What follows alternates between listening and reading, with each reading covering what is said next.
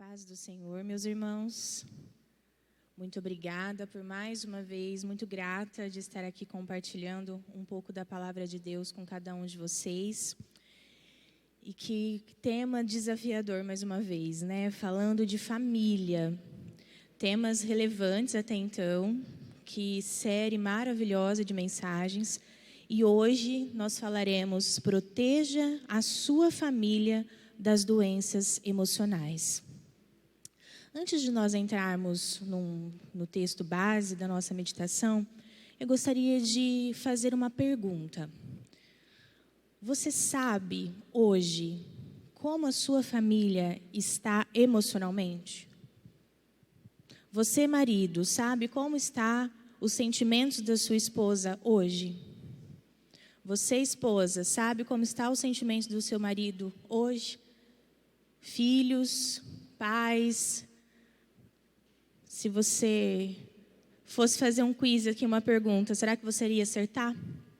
Como está a emoção da sua casa? Difícil, né? Porque a gente tem uma vida tão corrida, às vezes a gente faz tantas coisas, a gente fala de tantas coisas, às vezes de tantos problemas, mas a gente não para falar das emoções, dos sentimentos, das relações. Família, segundo um artigo da Revista Batista Pioneira, é o pilar da formação da sociedade e da cultura, do desenvolvimento individual e do conceito de maturidade emocional. A psicologia cita que o desenvolvimento físico, psíquico e social de cada ser humano depende do relacionamento com a família. Todo o crescimento e desenvolvimento de cada indivíduo é influenciado diretamente pela sua vivência parental. Nos últimos anos, a gente tem visto que o conceito de família, a maneira como as famílias estão se organizando, ela sofreu muitas mudanças. No Ocidente, nos países ocidentais, os casamentos hoje duram, em média, 10 anos. 20% dos casais não têm filhos na atualidade. E muitos deles é por não optarem por ter filhos, é por opção. O último censo de 2010 detectou que no Brasil, em 1965, a média de filhos eram 5 filhos por família. Em 2000, essa média caiu para 2. Em 2010, 1,9.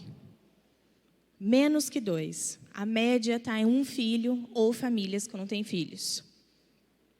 Vários casamentos desfeitos, recasamentos, né? 2,5 milhões de pessoas, de crianças, são criados por seus padrastros ou madrastas. Esses são dados atuais.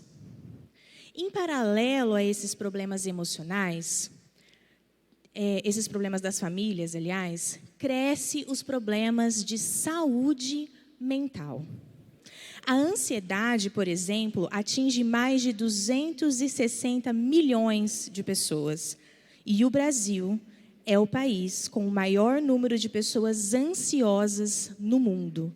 9,3% da população, segundo a OMS, no Brasil, foi diagnosticada com algum transtorno de ansiedade. Quando a gente diz diagnosticado, então a gente pode esperar que esse número seja muito maior, porque ainda é um tabu, não se busca tratamento, não se busca atendimento para diagnóstico, mas esses 9,3 são os diagnosticados.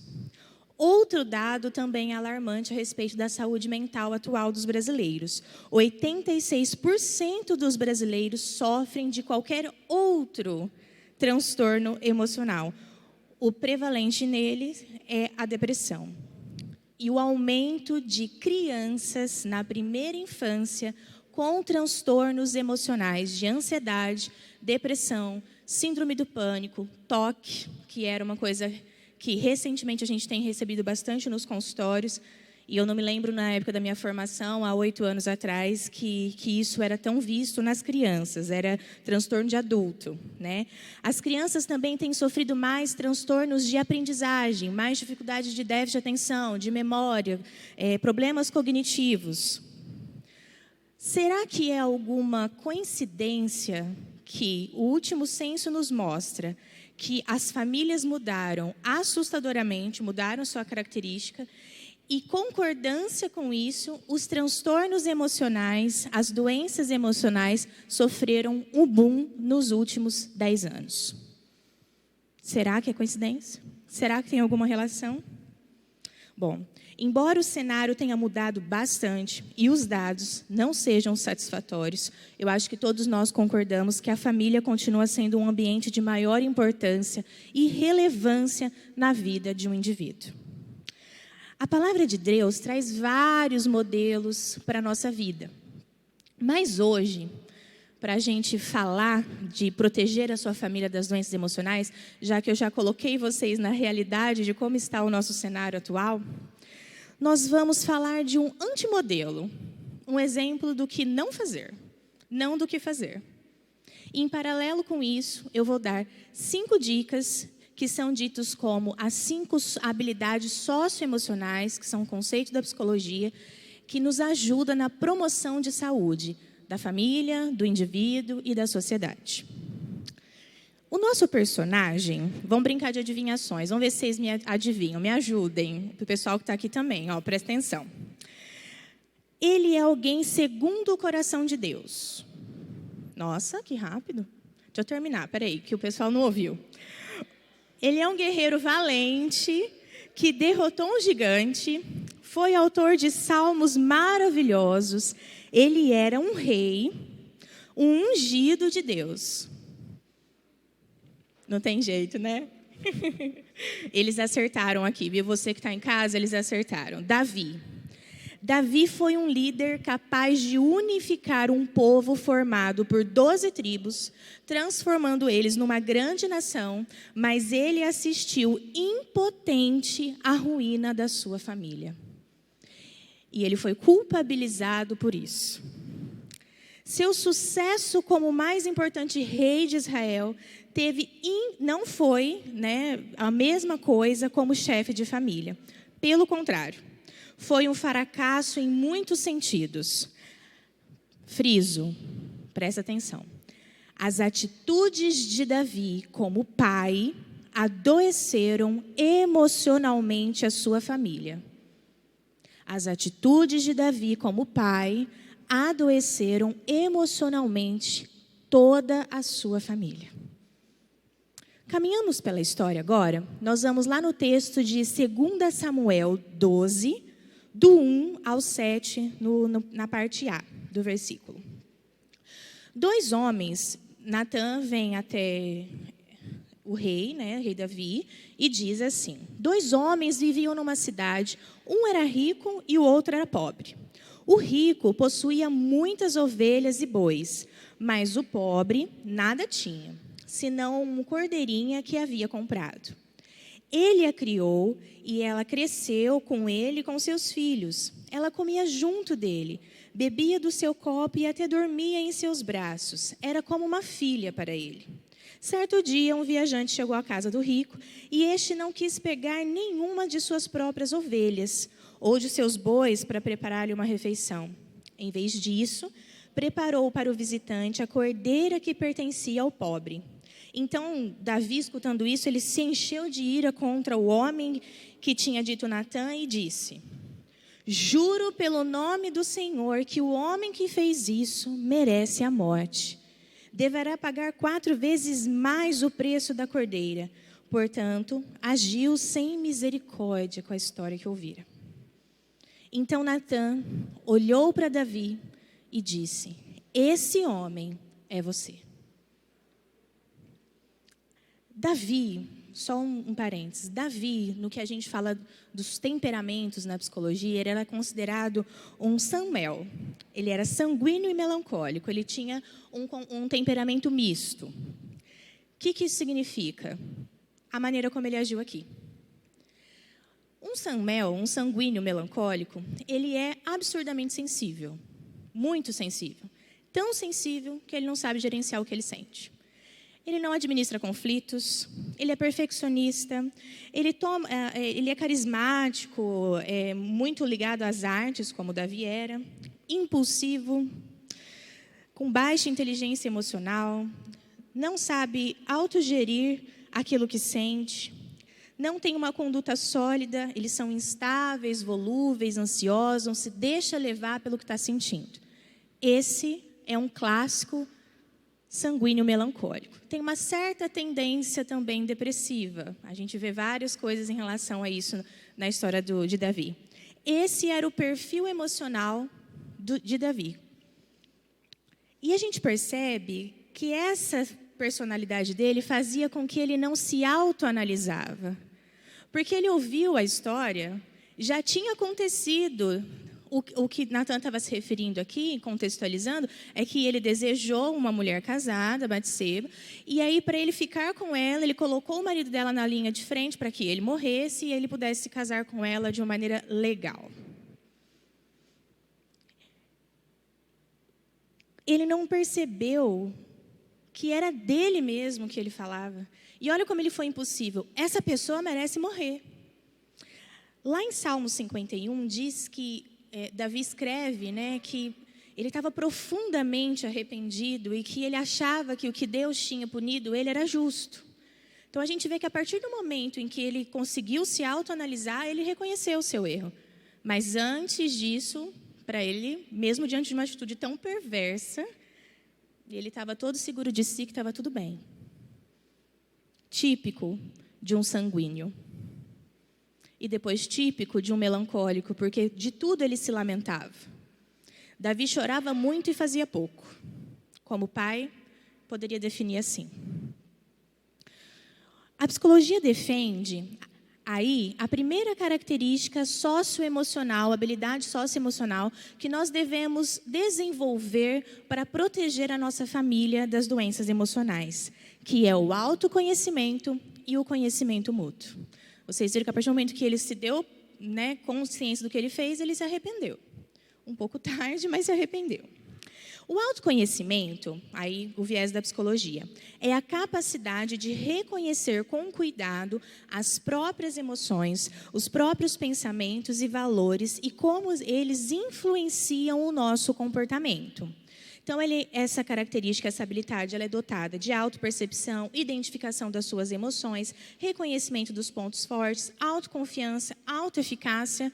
E essa característica na família faz com que você se perceba e perceba emocionalmente os seus. Por isso que eu fiz a pergunta, você sabe hoje como é que você que saiu de casa, que está aqui comigo, você que está em casa, que está às vezes com a sua esposa aí do lado, com o seu filho, talvez assistindo o culto lá no quarto, que é uma característica das nossas famílias. Você sabe como ele está se sentindo?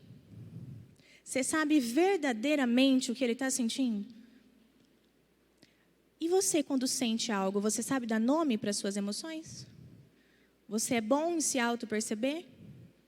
Ou, como às vezes eu recebo o paciente e fala para mim assim, eu sinto uma coisa, um aperto, um nó na garganta, uma dificuldade disso, eu sinto uma coisa. A primeira coisa que a gente faz em terapia é aprender a dar nome para as suas emoções. Você conhecer o que você está sentindo. Que quando eu sei o que é, fica mais fácil de eu tratar. Irmãos, quem não se conhece, não reconhece quem está na sua frente.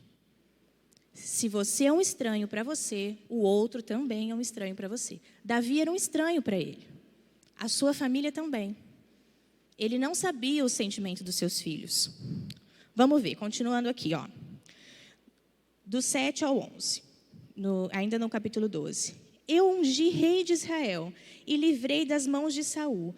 Dei-lhe a casa e as mulheres do seu senhor. Dei-lhe a nação de Israel e Judá. E se tudo isso não fosse o suficiente, eu lhe daria dado mais ainda. Por que você desprezou a palavra do Senhor, fazendo com que aquilo que eu reprovo? Você matou Urias com a espada dos amonitas e ficou com a mulher dele. Por isso, a espada nunca afastará de sua família. Segue o texto: da sua própria família trarei a desgraça sobre você. Essa foi a consequência de Davi não perceber o que ele estava fazendo. E foi uma consequência muito dura, que vai fazer o desenrolar todo da história que nós vamos ver agora. Como ele não sabia dar nome para o que ele estava sentindo, ele também não se controlava. Ele não tinha autocontrole e nem tinha o controle da sua casa. A família que não tem seus papéis bem definidos se perdem afetivamente. Pais distantes, filhos perdidos. Vou repetir porque isso é importante. Pais distantes, filhos perdidos. E vamos para a segunda habilidade socioemocional, que Davi não tinha. Autocontrole, que é a habilidade de regular com sucesso as suas emoções e as emoções que são provocadas por outros a você. Pensamentos, comportamentos, situações diferentes, gerenciar o estresse, controle dos impulsos, autodisciplina, motivação, definição de metas, planejamento e organização familiar. Isso é autocontrole e controle familiar. Davi não tinha. E sabe o que aconteceu porque ele não tinha? No capítulo 13, relata que Aminon, o filho mais velho de Davi, desejou a sua irmã Tamar sexualmente. E ele a violentou com a ajuda de um amigo. Mas o que me chamou a atenção aqui, nós não vamos ler todos os textos, porque só vai ficar muito, eu vou apenas citar, acho que todo mundo já conhece a história, se não conhecer, é muito bom reler, vai ser do 12 até o 15, os capítulos. Mas o que me chamou a atenção aqui, é que ele desejou, ele comentou com um amigo, e o amigo encorajou que ele fosse até a irmã. Só que ele não podia pedir que a irmã fosse cuidar dele sem a permissão do pai. E ele chegou em Davi: pai, estou passando mal, né? Então, você que é pai sabe que quando o filho quer alguma coisa, ele é cheio de argumentos. Se a gente não estiver atento, a gente se deixa levar. E foi isso que Aminon fez. E Davi, displicente como era, como pai, falou: não, tudo bem, pode ir lá, pede para sua irmã cuidar de você. E foi nesse momento, entre aspas, na displicência do pai, em que ele fez esse crime tão brutal. E aí, você que é pai, você que é mãe, se dentro da tua casa acontece isso, o que você faria? Qual seria o teu gerenciamento de conflitos, como essa segunda habilidade nos coloca? Não precisa responder, não. Não precisa mandar mensagem aqui respondendo. Pense, o que você faria? Davi não fez nada. Davi não soube gerenciar esse conflito. Davi não fez nada. A Bíblia relata que ele ficou muito irado com o ocorrido, mas não tem nenhum relato de nenhuma disciplina. Ele não chamou Aminon, ele não... nada. A Bíblia fala que depois disso o rei ficou irado, que Tamar foi para a casa do seu irmão Absalão e ficou lá por 2 anos sob a proteção dele. Tem, pastor, aí no texto alguma coisa que fala que Davi teve uma disciplina com Aminon? Não. E eu confesso que eu lendo isso, eu fiquei irada com Davi. Falei: poxa vida, Davi, mas nem... nada, nenhuma reunião assim. Ele ficou indignado e só. A Bíblia não relata nada, ele não fez nada. Ele ficou indignado, guardou para ele a sua indignação e nada. A família que não administra conflitos promove feridas emocionais devastadoras. Irmãos, tem coisas que acontecem nas nossas famílias que não dá para a gente tratar como se fosse qualquer outro ambiente, sabe? A gente ignorar, a gente fingir que não está vendo. Às vezes aquilo que seu marido faz, que te incomoda, te magoa, você fala, deixa para lá, vou mexer com isso não. Às vezes a tua mulher fala alguma coisa e você não gosta, e você fica indignado, mas você não trata.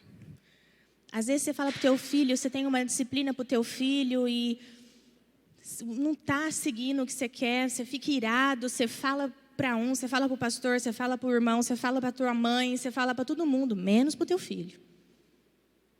Seja direto. Não deixe passar os conflitos.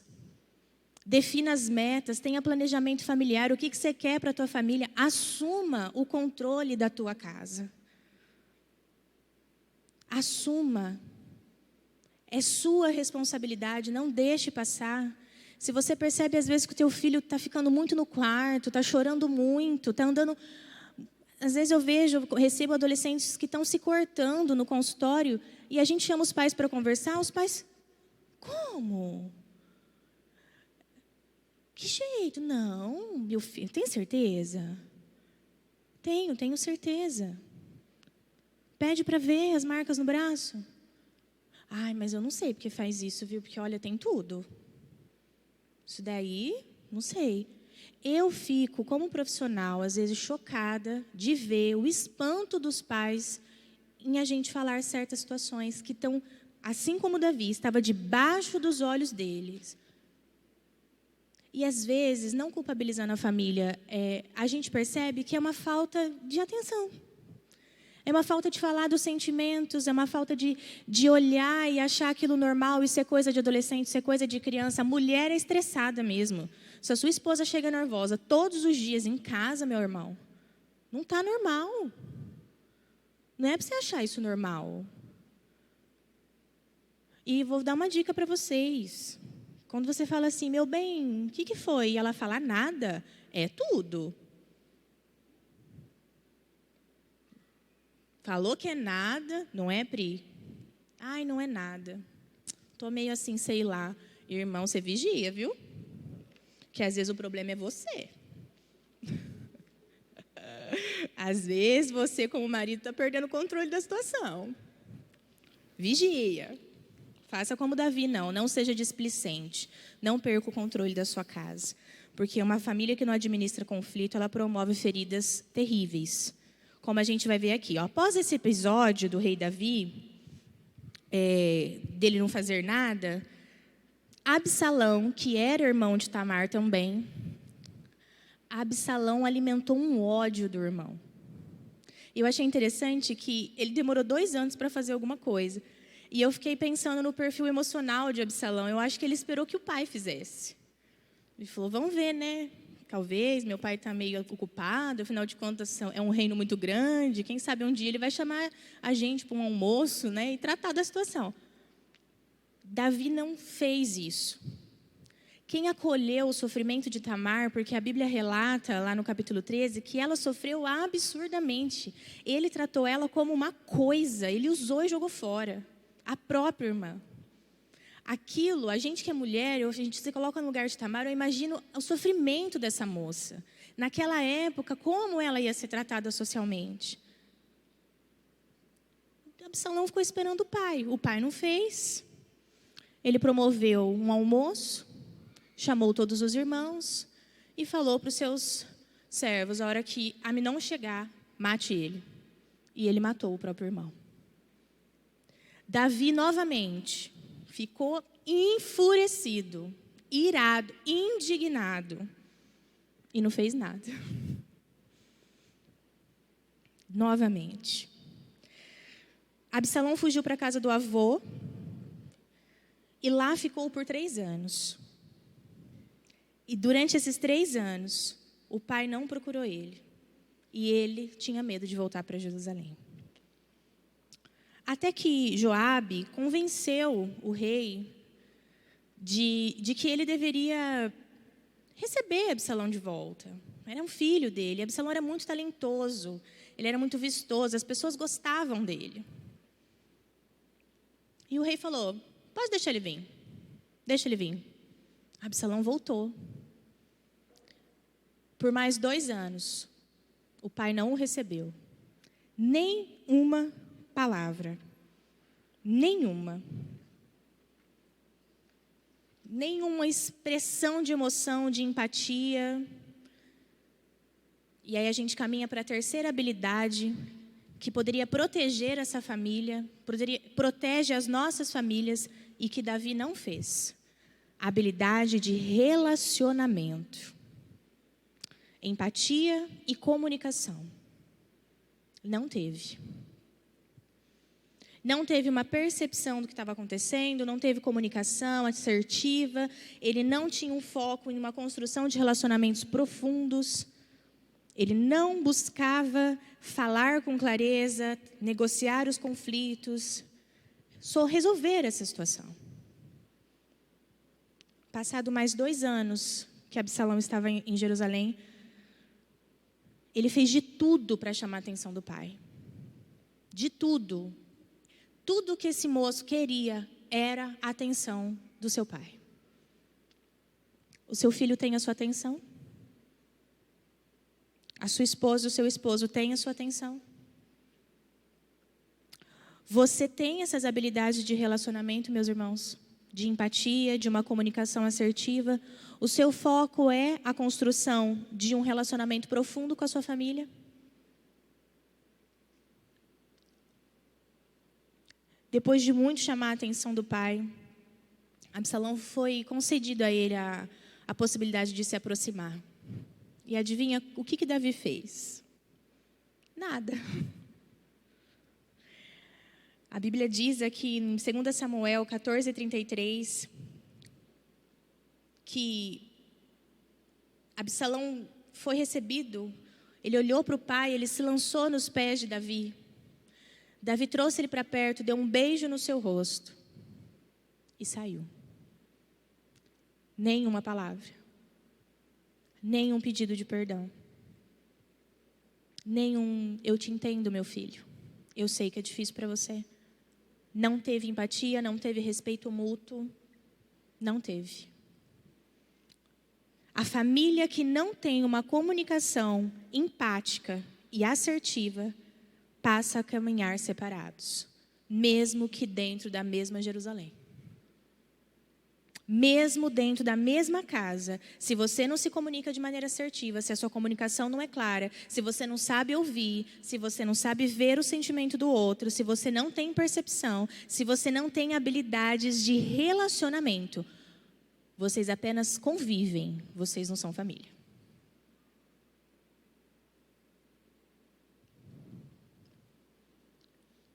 E isso de Davi, do que Absalão esperava dele, o pai novamente não deu,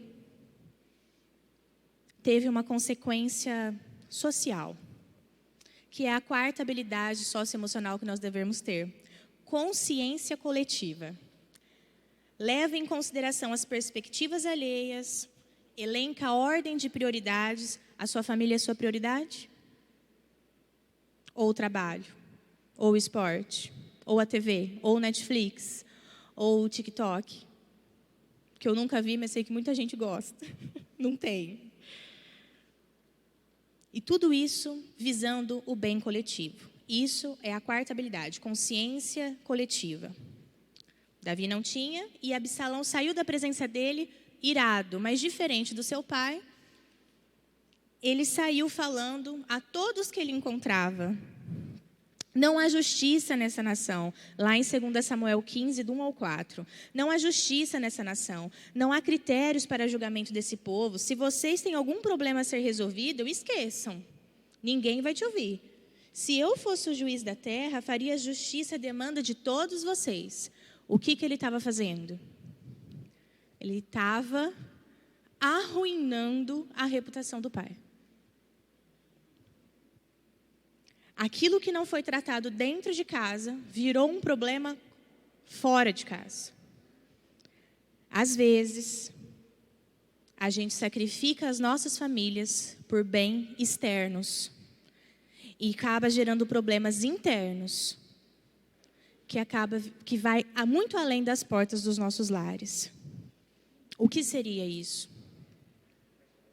Um afastamento espiritual, drogas, mentiras, você acabar sendo aquele tipo de família onde os filhos não querem estar. Falar, ai, vamos reunir todo mundo. Ai, pelo amor de Deus. Não dá, hein? Família deixa, quando a gente não tem essa consciência coletiva, não tem autoconhecimento, não tem controle, não tem habilidade de relacionamento, deixa de ser o que Deus sonhou, que era um lugar de acolhimento, de alimento, de segurança, e passa a ser um lugar de desproteção. Absalão tanto falou, tanto fez, conseguiu o que ele queria, que era se tornar rei de Hebrom. E ele, de novo, foi mais um filho de Davi influenciado pelos amigos. Achou um conselheiro que odiava o pai dele e acharam uma boa ideia tomar o reinado do pai. Davi, quando soube a notícia, sabe o que ele fez? Chamou Absalão para conversar. Falou, traz meu filho até mim. Não, aí já está demais. Que isso? Eu sou o pai, eu sou o rei. Ele pode vir com 200 homens, o que ele quiser. Eu vou falar com ele. Foi isso que ele fez, pastor? A Bíblia diz, lá no versículo 13 ao 16, que quando a notícia chegou a Davi, ele fugiu. Ele fugiu. E ele não tinha noção coletiva. Ele fugiu e deixou as suas concubinas, 10 concubinas, cuidando da casa dele. Nenhuma consciência. Teve um problema, irmão? Não fuja. Não fuja dos seus problemas familiares. Às vezes, tudo o que precisa é sentar e conversar. Repito, Absalão era um jovem desesperado pelo olhar do pai. E muitas vezes, as carências afetivas na família são a principal causa de diagnóstico dos nossos consultórios. Esses dias um paciente me disse assim, nossa, sabe que eu cheguei à conclusão que tudo vai começar e vai acabar lá na família, né? Nossa, olha, eu comecei aqui falando que eu estava com isso, estava com aquilo. Fui ver que acabou lá na minha relação com fulano da minha família. É verdade. Todas as abordagens da psicologia, a psicanálise, a cognitivo-comportamental, a behaviorista, a tradicional, a humanista, todas elas, a psicodrama, todas elas valorizam as relações parentais. Todas elas. Todas elas reconhecem a família como um lugar importante para a gente entender o indivíduo. Por isso, não fuja da sua família. Me permiti novamente ficar pensando como poderia ter sido diferente a história se Davi não tivesse fugido, se Davi tivesse chamado Absalão para conversar. Como poderia ter sido diferente? E isso recai na quinta e última habilidade socioemocional que pode proteger a nossa família. Tomadas de decisão responsável. É a capacidade de fazer escolhas construtivas, o comportamento pessoal, interações sociais baseadas em padrões éticos, preocupações de segurança, normas sociais, avaliação realista das consequências de nossas ações, visando e considerando o bem-estar de si e dos outros em quem você convive. Envolve identificação de problema, análise de situações, responsabilização de situações, avaliação de resultados e capacidade reflexiva. Sabe qual foi a consequência da tomada de decisão irresponsável de Davi? A Bíblia diz em 2 Samuel 18, do 1 ao 7, que as coisas perderam o controle de Davi. Eles ficaram se perseguindo, Absalão queria matar o pai, e aquele rolo. Chegou um determinado momento que o rei ficou no lugar seguro, e ele determinou a saída de milhares de homens dos seus exércitos para a batalha, atrás dos homens de Absalão. Mas ele deu uma ordem para Joabe, que Joabe tratasse com cuidado, tratasse bem Absalão. E disse, por amor de mim, trate bem o meu filho Absalão. Trate bem o jovem Absalão. O exército ouviu isso. Eles foram para a batalha com essa orientação. É como se ele dissesse: tragam meu filho vivo. Aqui eu vejo um pai. Aqui eu vi Davi consciente. Mas a situação já tinha saído do controle. Absalão foi encontrado por um dos homens de Davi, preso pelos cabelos numa árvore, já tinha perdido seu cavalo. Avisaram Joabe, e Joabe não cumpriu o pedido do rei. Ele matou Absalão. A Bíblia diz que quando Davi foi avisado da morte do filho, ele pranteou desesperadamente. Meu filho Absalão, meu filho Absalão, quem me dera que eu morresse por ti. Absalão, meu filho, Absalão, meu filho. Tarde demais. Às vezes, irmãos, nas nossas famílias, uma tomada de decisão irresponsável gera perdas significativas, irreversíveis muitas vezes. Quantas vezes a gente acolhe num PG, num aconselhamento pastoral, na terapia, como no meu caso, famílias esperando de nós a última chance, a última orientação. Quando tudo já falhou, vamos retomar. Autoconhecimento, conhecimento mútuo, autocontrole, controle familiar, habilidades de relacionamento, empatia e comunicação assertiva. Quando já falhou a sua consciência do coletivo, qual que é o propósito, qual que é a sua prioridade na sua família. E quando falhou a sua tomada de decisão assertiva, responsável, vai restar chorar. Absalão, Absalão, meu filho, quem me dera eu pudesse morrer no seu lugar. A conclusão da palavra de hoje: como proteger a minha família das doenças emocionais, do sofrimento psíquico? Seja presente, seja disposto. Não negligencie o seu papel como marido, como esposo, como esposa, como filho, como líder. Tenha foco em relacionamentos profundos. Saiba ouvir, saiba ver. Não se distraia com as coisas desse mundo. Porque pode parecer muito duro o que eu vou te falar hoje. Mas é algo que mexeu comigo profundamente. Talvez seja por isso que eu passei um dia com o coração tão sobressaltado. Porque quando o pastor me deu esse direcionamento de palavra, eu falei: nossa, tudo bem, eu vou falar das 5 habilidades socioemocionais, que é o que a gente trabalha na promoção de saúde mental. Mas eu preciso achar alguém na Bíblia para embasar isso. E eu fiz uma oração um dia, meu marido estava mexendo no celular do meu lado, eu olhei para ele e falei: Davi. Ele: o quê? Eu falei: tem que ser Davi. Tá Davi na minha cabeça, agora por quê? Aí fui ler.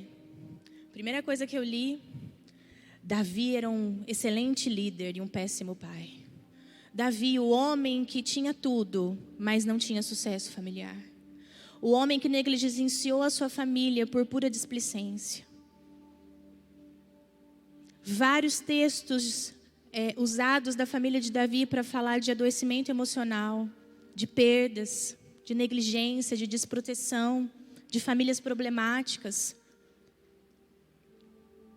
E quando eu comecei a ler, eu falei: a realidade de Davi é a nossa realidade hoje.